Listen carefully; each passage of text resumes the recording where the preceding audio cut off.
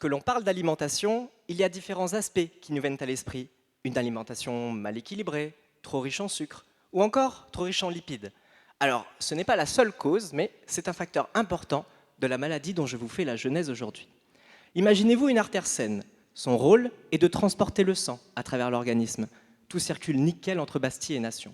Et là, coup de poker, une armée de lipides arrive. Il y en a encore qui veulent dégrader du mobilier urbain. Et ces lipides irrités, ils font comme chez eux. Ils refont la déco. Ils vont taguer l'intérieur de l'artère et ils vont même s'y agglutiner. Et en montant leur petite barricade, votre artère axe principal de circulation sanguine se retrouve bouchée. C'est ce que l'on appelle l'athérosclérose. Alors vous vous en doutez, mais ce blocus inopiné, il va entraîner des problèmes de circulation. Et il peut notamment bloquer l'arrivée de sang jusqu'à votre cerveau et vous pouvez faire un accident vasculaire cérébral.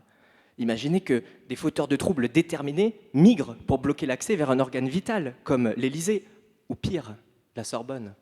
Il faut y remédier.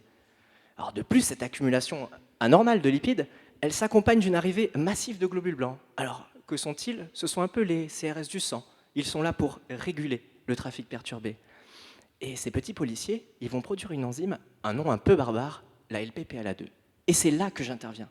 Mon rôle, en tant que chimiste, est de construire une molécule qui va être capable de reconnaître cette enzyme afin de détecter cet agglomérat lipide-globules blancs, avant que votre artère ne soit bouchée. Il faut voir ça comme un casque que je construirai et qui correspondrait parfaitement à la tête de mes policiers. Vous connaissez tous le proverbe « mieux vaut prévenir que guérir ». Eh bien, c'est exactement ce que je vais faire. Je vais privilégier le diagnostic plutôt que le traitement direct de ma maladie. Et pour ce faire, je vais utiliser une méthode qui fait un peu peur, la radioactivité. Alors, comment ça fonctionne? C'est simple. En réussissant à accrocher un atome radioactif sur ma molécule, je vais être capable de la suivre à travers l'organisme, voir son cheminement, voir où elle va. C'est comme si j'étais en mesure de fixer sur le casque de mes globules blancs un gyrophare, bien gros, bien visible, mais surtout qui me permettrait, dans la foule de la circulation sanguine, de pouvoir repérer mes groupuscules de lipides mécontents. Je pourrais alors visualiser ces accumulations avant qu'elles ne bouchent complètement mon artère. Un peu comme une vue d'avion, vous voyez, qui me permettrait de voir tous ces gyrophares scintillants.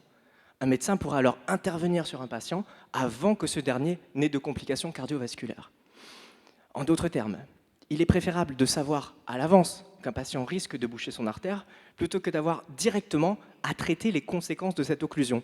Il en va de la survie de nos organes centraux.